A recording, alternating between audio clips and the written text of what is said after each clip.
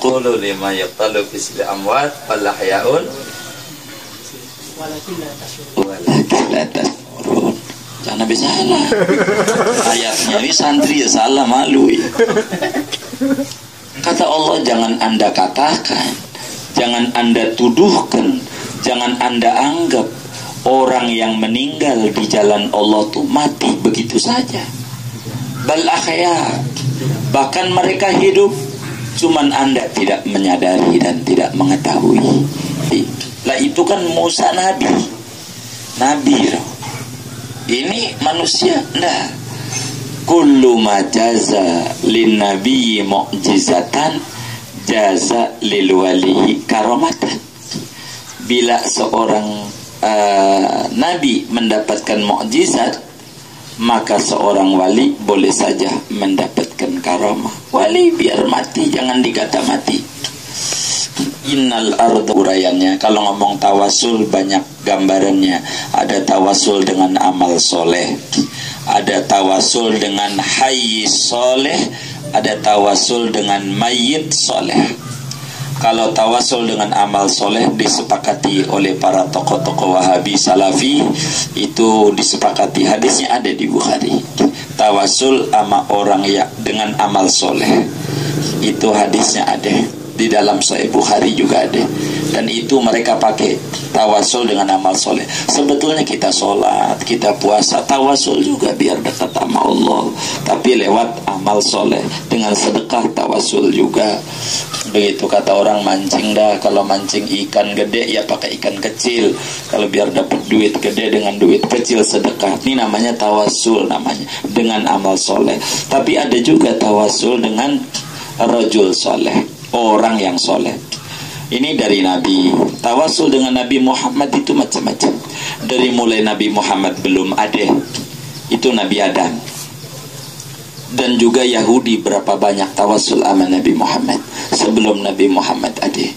Dan kita tidak sampaikan itu. Sampai Nabi Muhammad masih hidup ada. Itu bagaimana tentang sholat hajat. Yang namanya Utsman bin Hanif. Itu di falaisa lillahi waliyun. Kalau ulama itu bukan wali, maka tidak ada wali berarti di muka bumi ini. Dan wali min auliyaillah itu orang yang beriman, yang memiliki kedekatan dengan Allah lewat pintu Rasulullah sallallahu alaihi wasallam. Tanpa pintu Nabi, orang tidak bisa menjadi waliur rahman, tapi dia bakal menjadi wali syaitan, wali setan. Tidak bisa.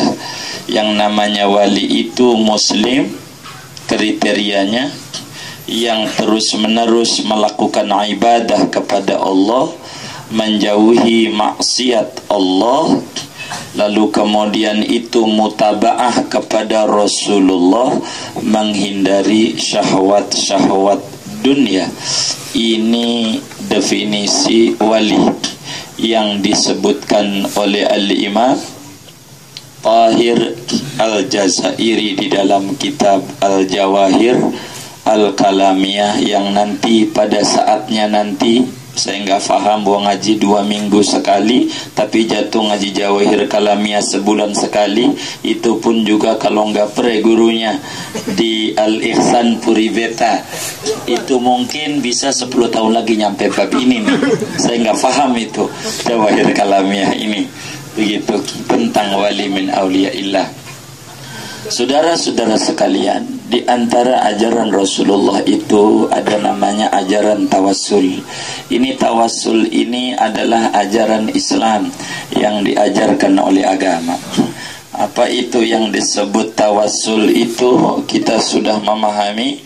Tawassul itu kita sudah sering dengar daripada ulama, seperti Al-Habib Zain bin Smith di dalam kitab beliau Al-Ajwibatul Ghaliyah, kullu ma ja'alahu Allahu sababan lizzulfa ilaihi.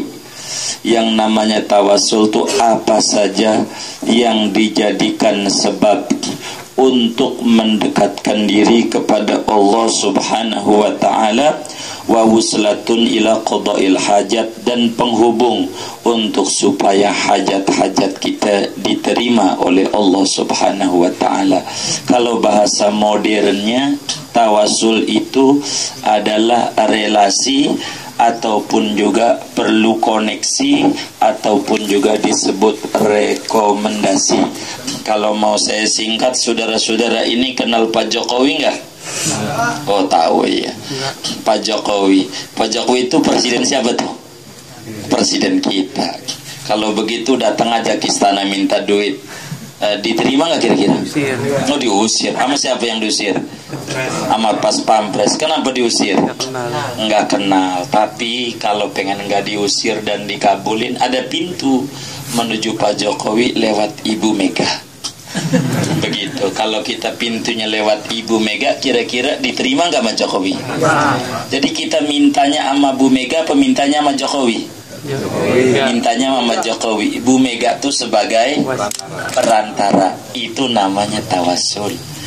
Kita datang ke makam wali-wali Allah. Ini bukan mintanya sama wali, bukan. Mintanya sama Allah, tapi dia orang yang dekat dengan Allah. Lalu timbul pertanyaan nama kita, lah wali udah mati. Kalau udah mati, apa ya bisa membantu kita? Begini, sebentar lagi kita mengalami bulan Rajab, di mana ada salah satu perintah Allah yang langsung diterima oleh Rasulullah SAW, itu yang disebut sholat 5 waktu.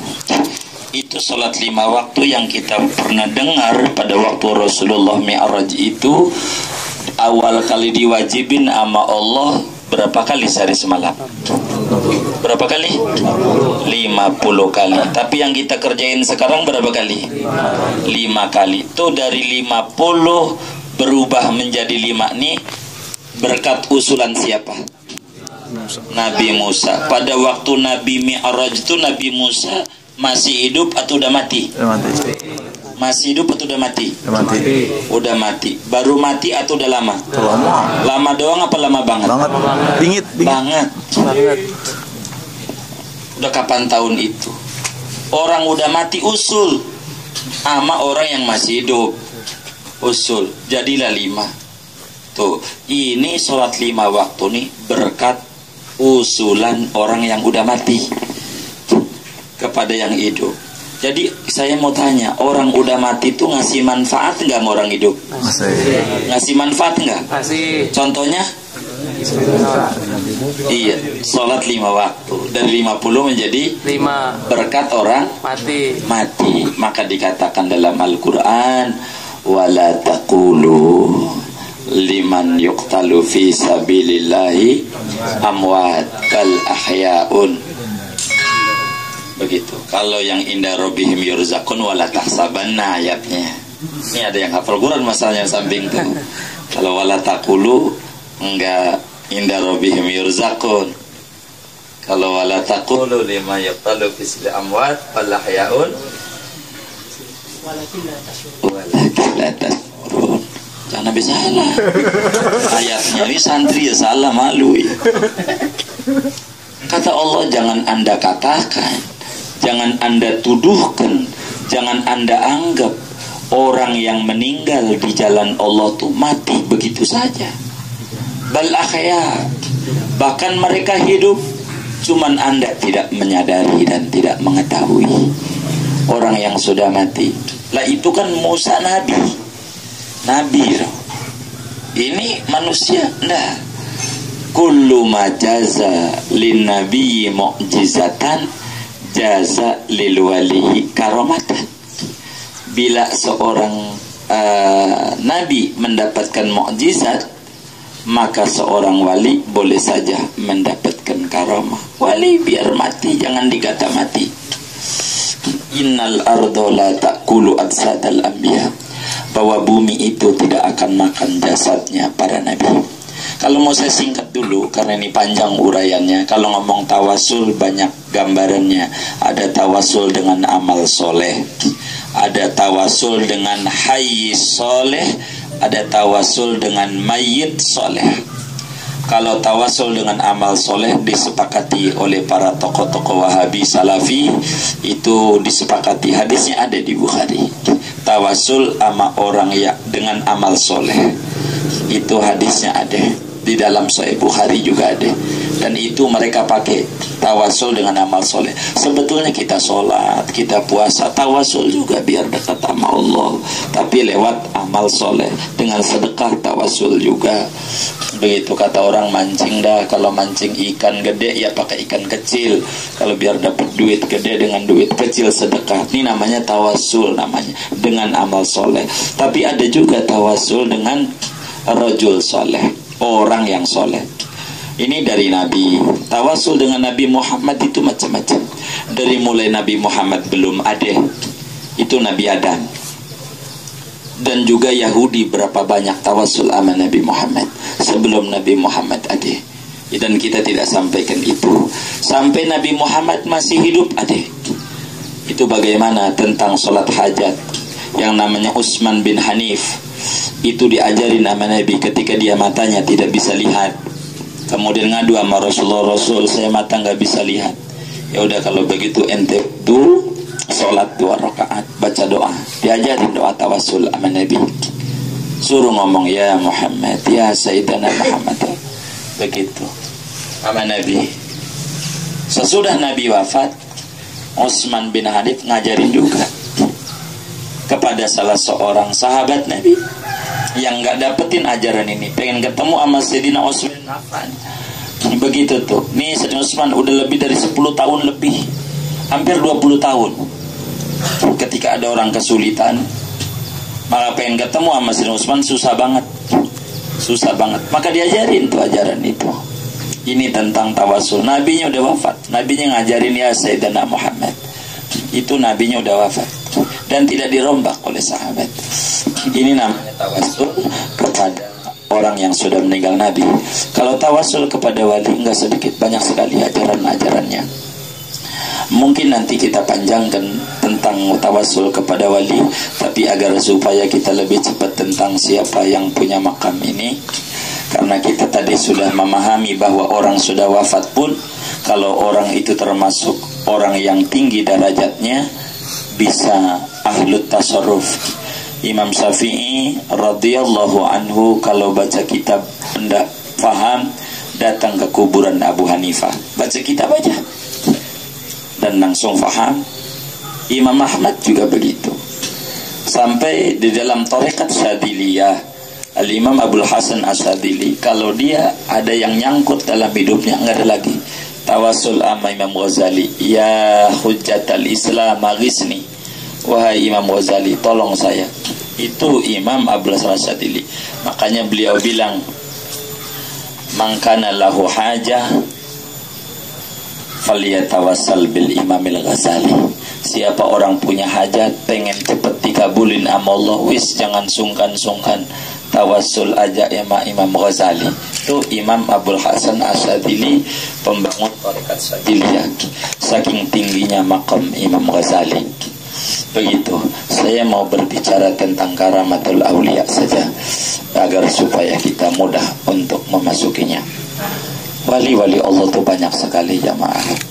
Ini salah satunya wali besar itu yang ada di hadapan kita bersama. Itu Bagus Khalifah di depan makamnya. Itu Bagus Khalifah ini, kalau mau bercerita pendopo yang enak kita dudukin, ini yang banyak memasyhurkan adalah Syekh Arsad Tawil. Ini abang yang di sebelah kiri saya, anak cucunya. Syekh Arsad Tawil ini murid Syekh Nawawi Banten, tapi terbuang oleh Belanda ke Manado. Lebih dari 150-an ulama-ulama Banten dibuang ke Kupang, ke NTT, ke Manado, ke Buton, dan banyak sekali ke Tondano, ke wilayah Sulawesi. Begitu dibuang oleh Belanda.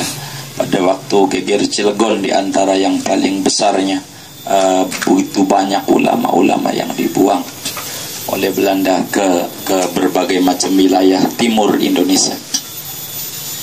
Saudara-saudara sekalian, itu Bagus Khalifah, salah satu ulama yang tukang ngangkutin para santri-santri Banten mondok ke Arab di masa hidupnya. Jadi kalau pengen mondok ke Arab, sebut aja tuh Bagus Khalifah, dia datang. Ini Syekh Harsad Tawil nih. Jadi sebut tuh Bagus Khalifah, datang. Pegangan, ya nggak nyampe semenit udah nyampe aja Mekah. Itu tuh Bagus Khalifah. Kalau kangen Syekh Harsad Tawil sama uminya, termasuk sama abahnya Kiai As'ad ke Tanara, ya di Masjid Haram tawasul sebut tubuh Khalifah, ntar tahu-tahu ada di depannya, pulang ke Banten. Udah kangen sama mamanya, balik lagi. Itu Tanara kayak begitu. Lah kalau kita ukur zaman sekarang aja susah tuh kehidupannya. Bagaimana zaman dulu orang pada mondok ke Arab tuh, kan berlogikanya kaya raya kudu. Sekarang aja masih susah. Tapi ya jalan Allah Subhanahu wa ta'ala yang memudahkan, memuluskan orang-orang Banten mondok ke Arab lewat pintu tuh Bagus Khalifah ini. Saudara-saudara sekalian, sampai kemudian tuh Bagus Khalifah udah wafatnya, ngangkutin orang tuh. Saya mau cerita sudah wafatnya saja. Ada kiai di Banten lama, di dekat Sultan Hasanuddin. Ini Pak As'adnya belum hadir di sini, yang jaga makam. Kalau yang enak beliau yang cerita. Jadi saudara-saudara sekalian, jadi ada namanya Kiai Antawi di Banten. Kiai Antawi. Kiai Antawi ini pondoknya sudah mulai ramai, tapi beliau pengen pergi haji. Waktu itu kan belum ada pesawat, pakai kapal laut. Tapi dananya tidak cukup. Artinya Kiai Antawi ini cukup buat berangkat doang. Kata beliau, udah nanti udah nyampe Mekah mau pulang gampang dah. Kerja kayak apa kayak biar bisa pulang kemari. Yang penting bisa pergi haji aja. Walhasil Kiai Antawi pergi haji ke Arab. Pergi haji. Sudah ada ke Mekah. Sampai Mekah dia rindu sama kampung halamannya, pengen ke Banten. Tapi duit nggak ada, dia bingung. Pondok saya bagaimana, santri-santri saya? Dia bingung, dia zikir di Masjidil Haram. Sampailah Kiai Antawi ini nangis sejadi-jadinya sama Allah Subhanahu wa ta'ala, pengen pulang. Tapi ya udah dibilangin sama emaknya bahwa Anda ini nyampe ke Mekah doang, gak bisa untuk nyampe balik lagi. Kata dia gampang di Mekah, ternyata susah. Walhasil saudara-saudara sekalian, ketika beliau tawajuh dalam satu malam Kiai Antawi ini, kemudian itu dapatlah petunjuk. Sudah sekarang jam 3, ini lagi ada orang yang sholat di dekat makam Ibrahim, namanya tuh Bagus Khalifah. Ente samperin aja, beliau samperin. Maka kemudian saudara sekalian, Kiai Antawi langsung lari ke makam Ibrahim. Pas udah lagi sholat itu orang pakai sorban hijau, sholat salam, dia nangis. Kata itu orang, iya tahu ente pengen pulang ke Banten, nggak ada duit. Iya, tapi saya udah kangen sama santri-santri saya. Kata ini Kiai. Ya sudah, kata tuh Bagus Khalifah tuh menjawab sama Kiai Antawi, ya udah baca syahadat. Itu tuh Bagus Khalifah amalannya syahadat saja. Asyhadu an la ilaha illallah wa asyhadu anna Muhammadar Rasulullah. Diartiin dengan bahasa Jawa Banten. Waktu itu sudah kata tuh Bagus Khalifah, ini kalau ente pengen pulang mana, ente merem, nggak bisa melek, jangan melek sebelum saya suruh melek matanya. Kalau ente melek sebelum saya suruh melek, kalau terjadi apa-apa jangan salahin saya, begitu. Iya baik, namanya orang pengen pulang, bagaimana ke? Baik, barang-barang ente kumpulin aja, pegang aja mente. Orang ya, tas-tasnya tuh dipegang, pegangin aja, kumpulin. Jadi ada 2 tas, diikat aja dah pakai kayak macam sorban, ikat, pegang. Dah, syahadat. Amat tu bagus solih. Sudah syahadat, merem. Lah, nggak nyampe semenit, melek, suruh melek.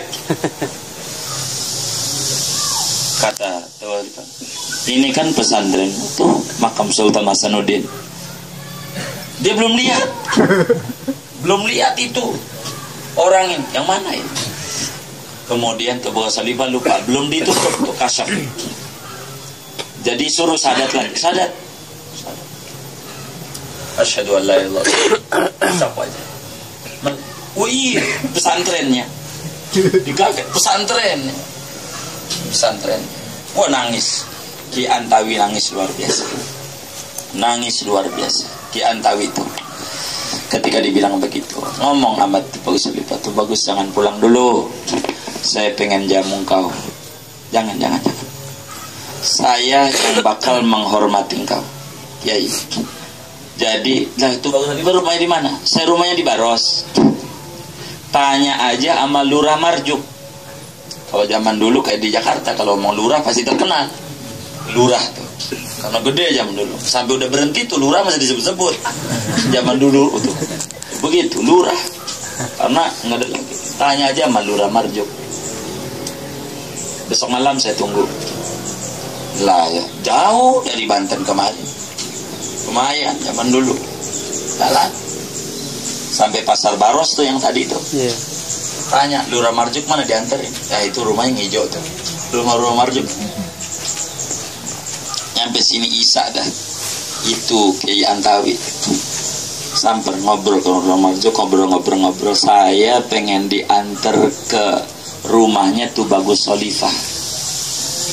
Itu Lurah Marjuk kaget. Tuh Bagus Khalifah. Yang mana? Orang beliau bilang rumahnya, tanyanya suruh tanya Lurah Marjuk. Iya Lurah Marjuk ya saya. Enggak jauh dari rumah itu. Di mana saya aja baru dengar. Begitu. Itu sampai ngotot-ngototan di dalam rumahnya sama Lurah Marjuk. Lah orang Tuh Bagus Khalifah bilang rumahnya gak di rumah itu. Sampai akhirnya kata Lurah Marjuk, yuk kalau nggak percaya nih, rumah mana nih? Kan nggak jauh tuh sebelah mananya, keluar. Walhasil sekitar jam 9 malam, keluar. Gelapnya mendulu 9 malam, gelap. Keluar dah tuh. Nah itunya tuh udah keluar. Tuh cucu Lurah Marjuk. Banyak pasangan. Udah keluar aja.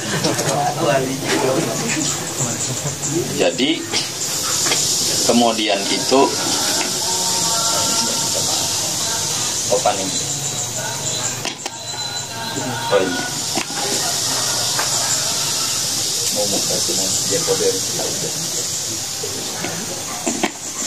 Saudara-saudara sekalian, mohon maaf.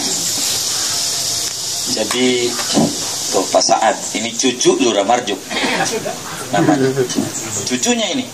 Jadi gimana tuh kira-kira umurnya udah, kan udah lama banget itu.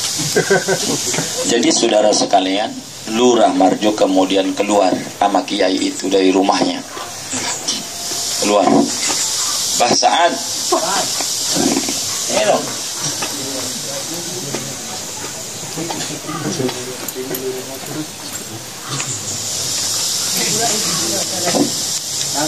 Ya, dudukkan. Duduk. Sini. Sini.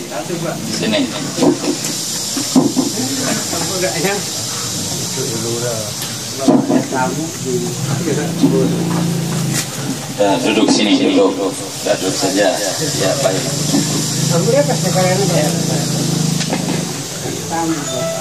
Jamaah sekalian yang mulia, jadi sama Pak Lurah Marjuk waktu itu ditarik si Kiai dari rumahnya, suruh keluar.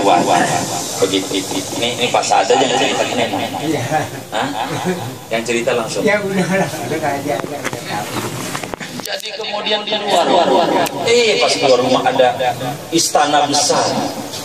Istana besar bercahaya dengan lampu yang luar biasa. Dilambai-lambai. Sini. Lah itu udah ditungguin. Dari sini nih. Udah ditungguin. Itu nggak sadar juga itu si lurah. Nggak sadar. Ikut datang. Makan dijamu berbagai macam makanan. Ngobrol-ngobrol itu Lurah Marjo bersama kiai ini dengan Tubagus Khalifah. Walhasil kira-kira ambillah jam 12 malam. Udah malam. Keluar. Sudah pulang. Pas pulang tuh sampai depan sini nih. Lah hutan, ini hutan tadinya. Hutan ini, kebun karet. Hutan kebun karet. Tadinya hutan. Sampai situ tuh. Sampai situlah hutan lagi. Wah, hutan. Baru sadar.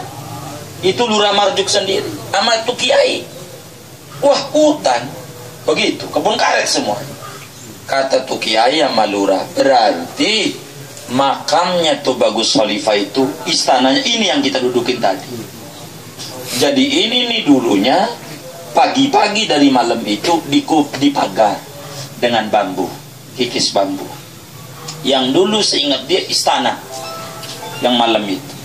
Lalu pas keluar menghutan semuanya, nggak ada. Ini bangunan baru, bambu, hutan semua. Wah, Tubagus Khalifah ini bukan masih hidupnya aja, udah matinya nganterin orang dari Arab kemari ke Antar. Udah dari situ Lurah Marjo berhenti jadi lurah. Udah saya berhenti jadi lurah. Nggak mau. Udah mau jaga makam saja. Makam Tubagus Khalifah. Makam saja.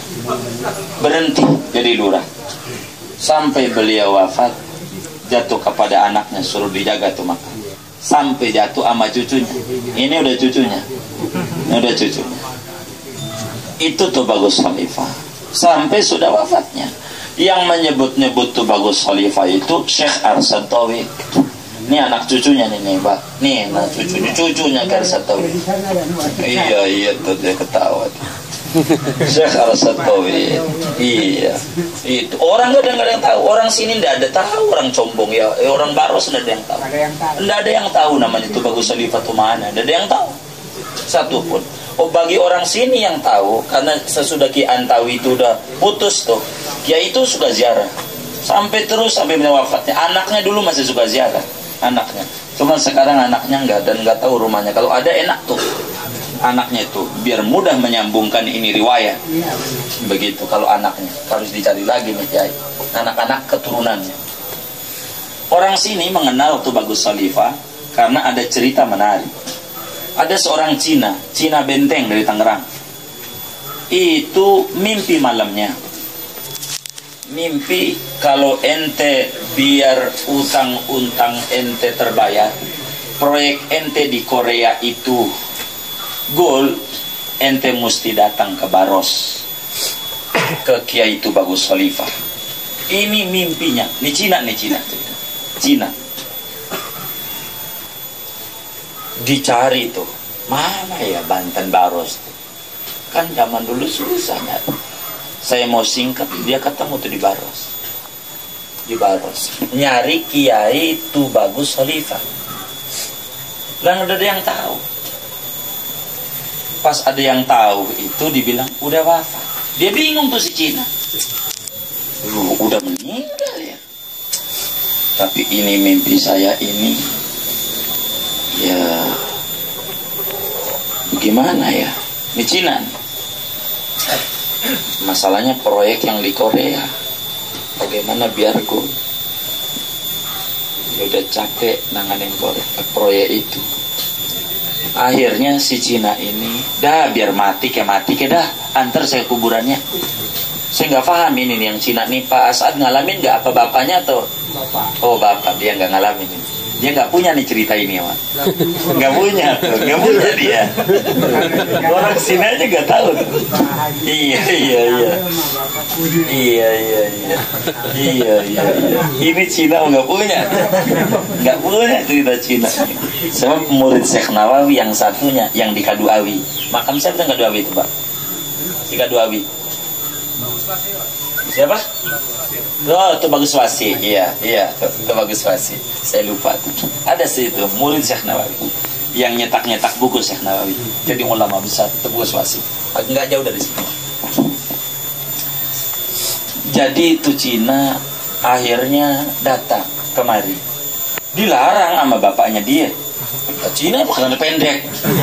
Begitu. Orang sini pakai celana panjang aja jadi bahan apa itu namanya?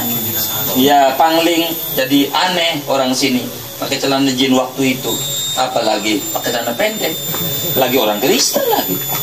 Kalau muslim kan kata Cina, kagak boleh masuk sama bapaknya dia. Nggak boleh masuk. Cina minta izin dah. Saya mau doa. Kata dia nih, bapaknya dia. Doa apa ya Cina? Ya sini bisa dia Cina. Begitu. Jadi akhirnya udahlah izin di pojokan aja. Dia duduk di sini. Udahlah, itu yang mimpi itu ya. Saya pikir Kiai masih hidup. Udah meninggal Cina. Duduk di sini. Jadi 2 malam sampai 3 malam. 3 malam baru datuk.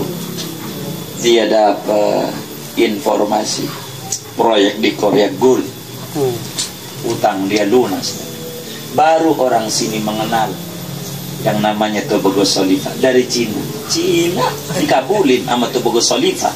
Sama Allah berkata wasul sama Tobago Solifah. Apalagi kita baru orang-orang daerah Mari nih baru mengenal Tobago Solifah. Tobago Solifah. Jadi Tobago Solifah itu ulama yang banyak nganterin. Dan banyak. Nih mohon maaf, makam di depannya itu tuh ada di depan tuh. Nanti kita bilang di depan. Itu namanya orang sini sebutnya Mbun. Nama aslinya Bun Yamin. Orang Lembuyang. Orang Lembuyang. Wafat di sini. Khadimnya daripada Mualim Siddiq. Ada tulisan Abu Ya Siddiq.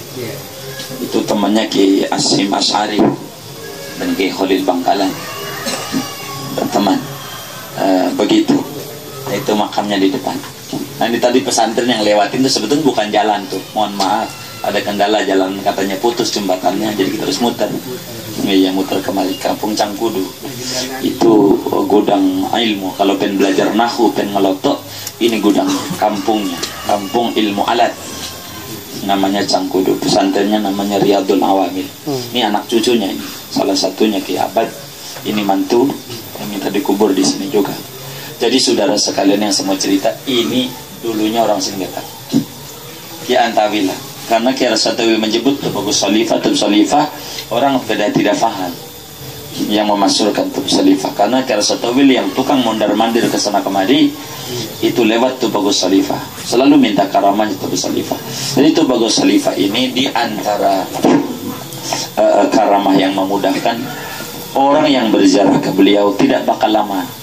Bakal ditendang menuju Mekah dan Madinah. Itu begitu bisa berziarah. Amin. Itu diantara. Itu yang paling mudah. Ini kami mau cerita aja pengalaman hidup kami. Sesudah saya nganterin kondangan orang ke daerah Gardu Salam apa ya? Salam tuh. Pokoknya Kertamukti, Kota Kerta. Ujung sana. Saya habis ngisi ceramah di sana. Saya datang kemari. Seminggu dari mari, saya itu dipaksa sama beliau ini ke Manado. Langsung ke Karsan Tauhid. Saya ziarah lagi, nggak lama lagi, baru seminggu ziarah teman kita, ajak lagi. Harus ke Madinah. Termasuk yang kita jalani sama anak-anak Gausul Ibad ini dari Pondok Kacang Barat. Baru sekali ziarah. Di mana ada minggu kelima kita ziarah. Belum ketemu minggu kelima, saya pun sudah harus ke Madinah lagi. Begitu. Maka kita mantepin. Ya. Jadi banyak orang bermasalah. Dan kalau mau saya cerita, itu Ratu Atut bagaimana biar naik jadi Banten satu pun tidak luput berziarah ke Madinah. Ini tempat ziarah yang jarang diziarahin orang, kecuali ulama-ulama dan santri-santri. Dan ini mohon maaf, kami lebih banyak mengajak teman-teman tuh ziarah yang diziarahi orang-orang khos saja. tidak diziarahi umum. Kita ziarah nggak ada kecrek-kecrek doa, kecrek-kecrek Allahumma itu lagi minta duit. Ini kotak udah jalan aja nih, bikin pegel aja sama kita. Nah kita nggak mau tuh ziarah itu, nggak khusyuk kita ziarah begitu. Kalau di sini monggo kita nanti mau ngasih, nanti kita bakal kasih sampaikan begitu. Dan beliau ini sampai ketemu sama yang punya makamnya, sama Sibul Makam dengan Ruhiyah. Jadi kalau ini jangan saya yang cerita, tapi ini termasuk anaknya Mualim Syafi'i Adami yang perempuan, namanya Ustadzah Haji Habibah. Ketika beliau itu saya lagi ngajar, telepon apa ini, telepon saya angkat, saya minta izin sama jamaah. Sebaru saya lagi di Ciomas nganterin kawin. Oh jangan lupa ziarah ke Tubagus Solifah. Tanya aja sama Kampung Combo, tanya. Kalau saya kasih alamatnya, ya alamat SMS atau enggak susah sih, alamat kemarin ini amat sangat mudah. Kalau hasilnya nyampe, dia ketemu dia. Lagi duduk, Ustaz baru duduk, depan makannya duduk, gimana? Ya udah kobol dah. Enggak lama lagi umroh dia umroh. Ada aja jalannya dari Allah Subhanahu Wa Taala. Ada jalannya foto. Ini yang paling mudah jalan-jalannya. Itu bagus Solifah ini. Ini diantara kenapa kita pengen teman-teman tuh begitu. Saya pengen teman-teman ngamalin ratib dan sebagainya, dan kita udah doa Allahumma balighna auladana ila ziyarati baitillah wa ziyarati qabri Rasulillah. Yakin. Maka kita pengen ajak-ajak kemari biar kita ziarah ke wali-wali Allah, ke ulama-ulama. Nanti kita suatu saat bakal kita dimudahkan jalan oleh Allah ziarah ke Sayyidul Aulia, ke Sayyidul Ulama, kepada junjungan kita Nabi besar Muhammad sallallahu alaihi wasallam. Ini salah satu apa itu namanya, sedikit kita bercerita tentang karamah wali Allah. Salah satunya adalah Tubagus Khalifah yang di depan Muallim Siddiq adalah murid Syekh Nawawi. Murid Syekh ini banyak sekali.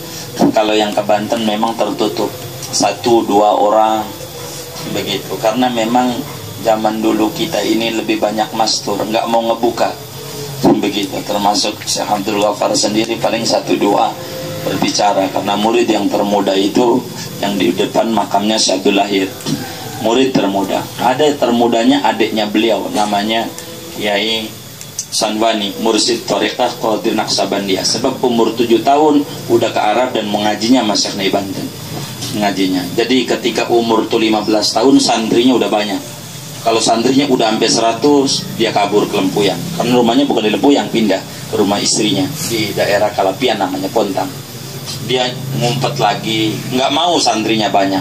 Pengennya santrinya 10-20 begitu, nggak mau banyak. Kalau kita kan pengennya banyak gitu. Kata dia kalau banyak nanti nggak kepikiran begitu. Kalau kata beliau nggak keurusan. Jadi Kiai Sanwani dan Kiai Sanwani inilah yang kemudian ketika murid-muridnya minta ngaji hikam, beliau marah-marah, jangan ngaji hikam, belum waktunya kita ngaji hikam. Kata muridnya, biar nyobain dah kitab Imam Ibn Athaillah. Karena muridnya salah satunya Kiai Humaidi, yang nanti kalau kita ada waktu datang nanti ketemu sama Kiai Humaidi, murid Kiai Sanwani. Jadi Kiai Humaidi ngaji sama Kiai Sanwani, minta ngaji hikam. Ya udah jangan Imam Ibnu Abbad, ya udah itu aja, pakai Imam Syarqawi aja, pinggirnya syarah hikam. Ngaji min alamatil i'timad 'ala al-amal nuqsanur raja inda wujudi salat. 1 bait hikam itu. Hari ini enggak tuntas, habis jamnya, tutup, nanti kita lanjutin besok. Besok lagi masih ngomong min alamatil i'timad 'ala al-amal nuqsanur raja inda wujudi salat. Pertanda orang berpegangan pada potensi diri, pada harta, pada jabatan, pada keturunan, pada ini, pada itu bakal mengalami frustasi ketika mengalami kegagalan. Ini mulu diputar-putar sampai 30 kali pertemuan kagak kelar-kelar. Min alamatil i'timad 'alal amal nuqsanur raja inda wujudi salat. Hampir 30 hari, jadi sebulan 30 hari. Wong ngajinya tiap hari. Kalau kita ngajinya tiap bulan, kan berarti berapa tahun tuh ya? Kalau sebulan sekali tinggal dihitung. Ini ngaji tiap hari 30 hari belum kelar tuh, sampai muridnya ampun guru udah segini aja puyeng guru puyeng. Kan udah saya bilang belum waktunya ngaji hikam. Risalah Muawan aja belum lulus, no hikam aja udah tinggi banget, berhenti. Itu Kesan Wani begitu adanya Syekh Abdul Ghaffar, adanya nggak kelar nerangin hikam. Emang dalam nih hikam, hari ini lari kemari, besok ke sono, besok masih ini aja omongan. Ini murid-murid Syekh Nawawi luar biasa, melaut. Ulama-ulama Indonesia banyak di Makkah, tidak sedikit. Bukan kita mengagumi, artinya ya orang Banten, bukan karena kesana, bukan, tapi banyak. Tapi memang yang bergelar Sayyidul Ulama Al-Hijaz, rajanya ulama Mekah dan Madinah di zamannya, adalah Syekh Naib Banten. Meski banyak tokoh-tokoh kita yang menjadi ulama-ulama besar di Mekah, tapi tidak kemudian mendunia luar biasa. Sebab Syekh Mahfud Termas, orang dari Termas, dari Pacitan ini, kampungnya PSBY, itu ulama besar. Kitabnya itu yang Pak Edi jual itu, Hasyiat Termasi, itu orang sekampung sama SBY, orang Termas, ulama besar di Mekah di zamannya Mahfud Termas. Begitu, termasuk Syekh Abdul Hamid Kudus dan lain sebagainya. Jadi saudara-saudara sekalian, maksud kami kita ziarah ke wali, niatnya yang lurus, minta sama Allah Subhanahu wa ta'ala, bertawasul dengan wali min awliyaillah, yakin hajat kita dikabul. Mereka orang dekat dengan Allah Subhanahu wa ta'ala, jadi mereka dengar sama kita, tahu kepada kita. Maka karena itu kita jangan sungkan-sungkan tawasul, minta sama Allah melalui wali min awliyaillah, yakin hajat-hajat kita dikabul sama Allah Subhanahu wa ta'ala. Mudah-mudahan yang kita punya hutang, biar Allah mudahkan kita bisa kebayar hutang ya. Punya urusan biar dimudahkan oleh Allah urusannya. Yang kita menuntut ilmu biar kita dikasih futuh oleh Allah, mendapatkan ilmu yang manfaat buat diri dan manfaat buat umat.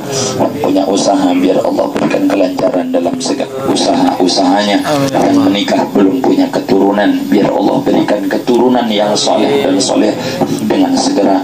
Yang sudah punya anak keturunan, dengan kita ziarah ke makam wali, kita mohon juga anak-anak kita menjadi ulama yang menjaga Islam di bumi pertiwi ini khususnya. Saudara-saudara sekalian, Sayyid Muhammad bin Amri Al-Maliki menyatakan dari hadis qudsi yang kami sampaikan tadi, man adali waliyan faqad adantuhu bil harbi. Siapa orang yang memusuhi wali di antara waliku, kata Allah, siapa yang membenci wali di antara waliku, maka ku umumkan dia untuk diperangi. Kata Sayyid Muhammad dalam menjabarkan hadis ini, orang yang benci kepada ulama, yang tidak mau ziarah ke makam wali, maka haram anaknya untuk menjadi ulama. Kagak bakalan. Kalau kita anaknya pengen jadi ulama, kudu muncul di hati kita hormat sama ulama, baik yang masih hidup maupun yang sudah meninggal dunia. Sebab wali songo itu kita tidak boleh dilupakan. Karena itu kalau mau jujur berbicara sedikit melebar, kita dilupakan pelajaran sejarah sehingga tokoh